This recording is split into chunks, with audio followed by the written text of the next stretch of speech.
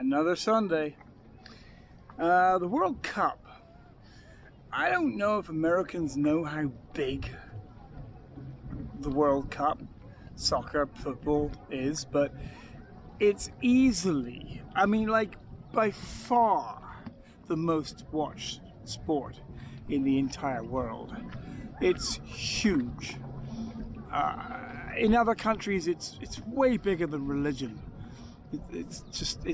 I don't follow football that closely, but I enjoy the World Cup, and I'll watch some finals and stuff, and I like to see a good game. But it's massive, and the World Cup is coming to America, and somehow Trump has managed to fuck that up.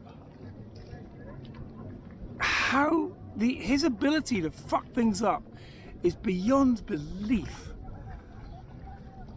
Because there's going to be ice at the airports and ice at the stadiums they're playing at, people don't want to show up. Some of the teams are having some of their players not allowed in. Trump has set up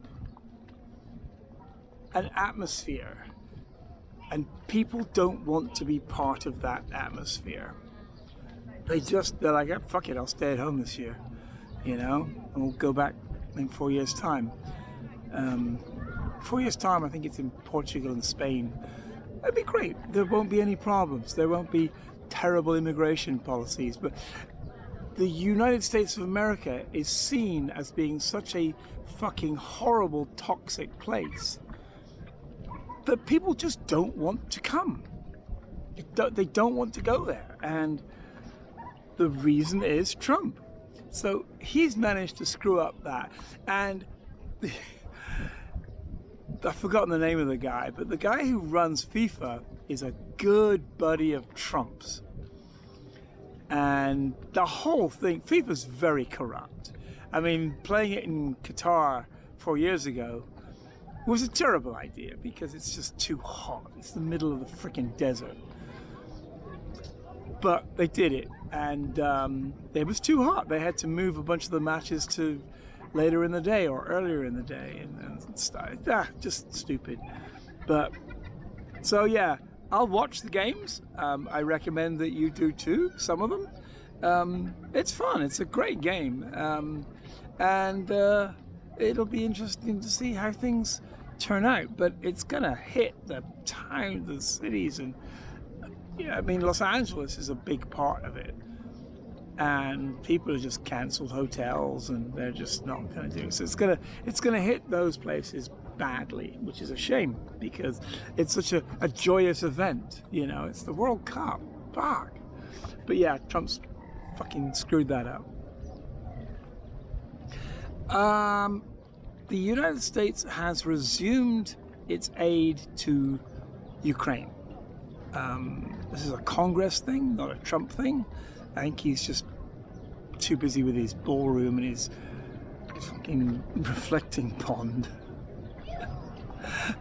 He called it a reflective pond instead of the reflecting pool, which has been known as since it was built. He called it the reflective pond because he's such an idiot. But anyway,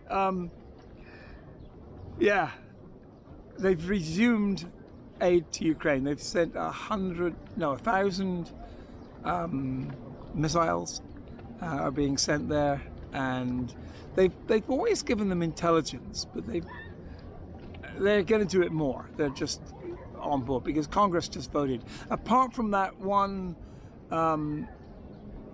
Ilyana, I don't know. I know who she is, and I don't like that she was picked on earlier. But she was the one Democrat that voted against it. And I don't care what reasons you've got. It's like that's a big reason.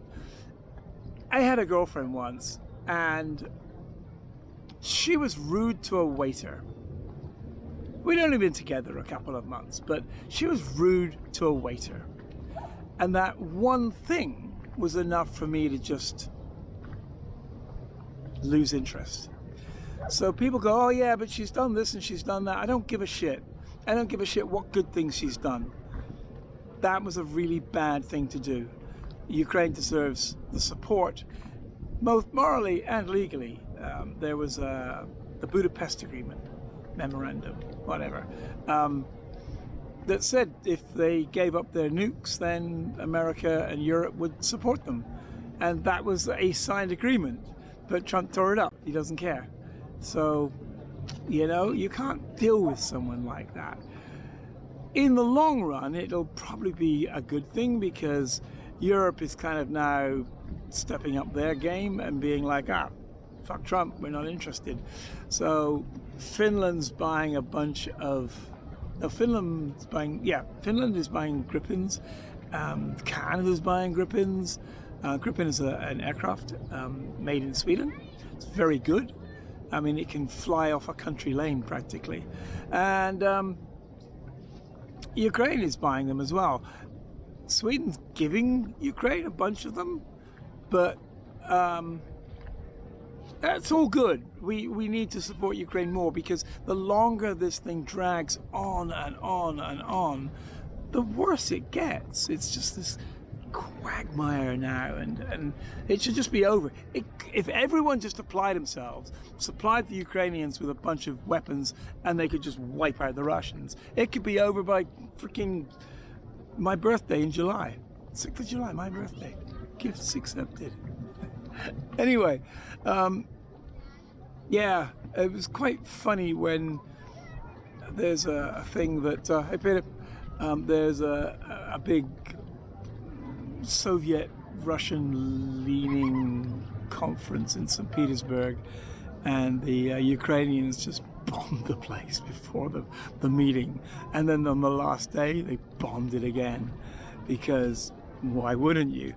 Putin's there giving a speech telling everyone how safe they are, and there's bombs going off over his shoulder. But anyway, it's going to be a big week for me this coming week. I can't discuss why, but we'll let you know in a week from now.